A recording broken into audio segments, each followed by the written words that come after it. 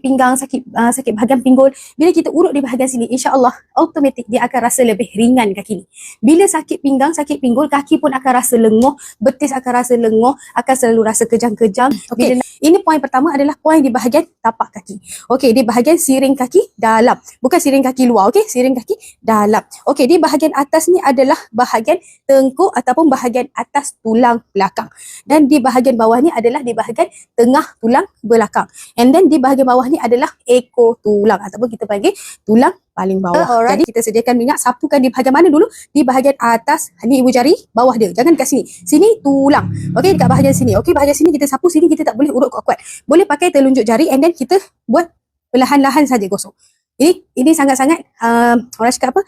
Slow-slow tapi rasa dia tu sangat sedap. Okey, lepas dah kita urut sini 8 ke 10 kali, kita turunkan ke bawah. Sapu minyak dahulu and then boleh pakai kita punya sendi jari and then kita urut perlahan-lahan. Alright, okey, jadi urutlah sebanyak 8 ke 10 kali. Okey, jangan terlalu kuat sebab di bahagian sini ada tulang. Kita hanya dilekuk ni sahaja. Alright, buat perlahan pun orang tu dah rasa sakit. Okey, dia sangat-sangat membantu untuk masalah sakit pinggang dan pinggul. Jadi bila urut di bahagian tulang belakang ni, insya-Allah dia akan rasa lebih lega. Okey, ini poin yang pertama. Okey, lepas kita dah urut 8 ke 10 kali, selepas kita dah urut bahagian sini, kita urut di bahagian bawah. Bawah ni adalah tulang belakang pinggul kita, iaitu kita punya ekor tulang.